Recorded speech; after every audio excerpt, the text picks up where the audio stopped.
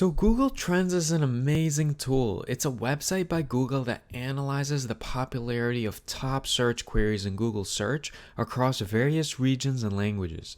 The website uses graphs to compare the search volume of different queries, and queries is basically what people are searching for at any given time. So if you go to Google Trends, and you can find it at trends.google.com, you will see that they give a whole plethora of information. And regardless which industry you're in, this is really helpful to familiarize yourself with it. So for instance, if you're a content creator on YouTube, you might want to see what the trending topics are and see if you want to make a video about that. If you're into sports, you can see which teams are trending. If you're into politics, you can gauge which politicians are trending. And so there's a lot of ways to apply it, but today, this is not going to be a tutorial on Google Trends. This is going to be a discussion of whether Google Trends can predict stock market data and stock market movement.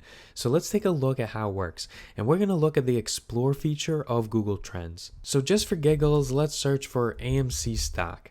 So if we go to AMC stock, and I highly recommend, if you guys are searching for things that are related to finance, then select the category and make sure you scroll down and hit finance so that you're looking at the correct thing. And over here, there's a couple of interesting things that you're able to tweak. For instance, the time period. By tweaking the time period, we can get an insight into short-term market sentiment and long-term market sentiment, depending on what you're looking for.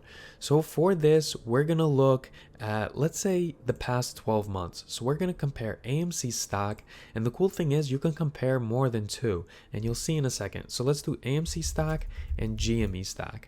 And even before we continue with that, I want to point out that they also have something where you can select the region. And so we're going to leave this as United States. And you can also select the entity of search. So whether it's web search, image search, news search, Google Shopping, or YouTube search. And this is helpful as well. Again, if I am a content creator on YouTube, I can always select YouTube search, see the trending topics, and see if it makes sense to go ahead and make a video about something.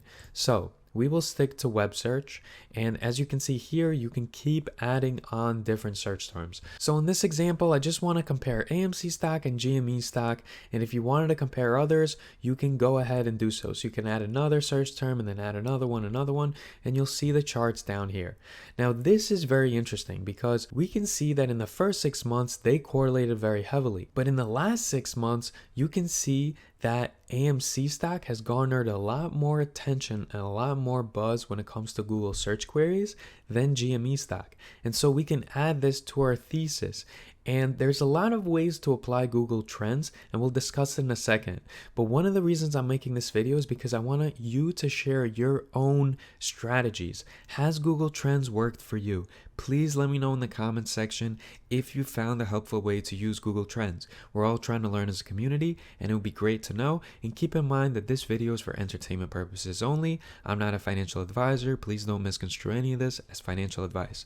So moving right along, we can see that Google Trends gives a lot of data. It shows the breakdown by subregions. It shows us related queries. It shows us interest by subregions. So let's change the time period to, let's say, past 90 days. And if we're looking at what has more attention and what has the ability to squeeze more, just because there's so much more attention towards AMC stock, if I was doing a strategy where, let's say, I'm deciding which short squeeze play to play and which short squeezes are brewing, and if I want to see who is searching for more of the keywords, then in this case, it would be AMC. And so common sense would dictate that the retail market sentiment and even professional investor sentiment is highly correlated with Google search volume.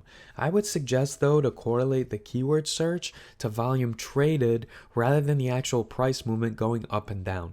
Because if you compare this chart to the price of GME and AMC, they don't correlate, but the volume does. And volume doesn't mean that a stock is going to go up. It of course also can mean that the stock is going to go down. The question is, do we get the data after the fact, or can we use this Google Trends data to predict market movement?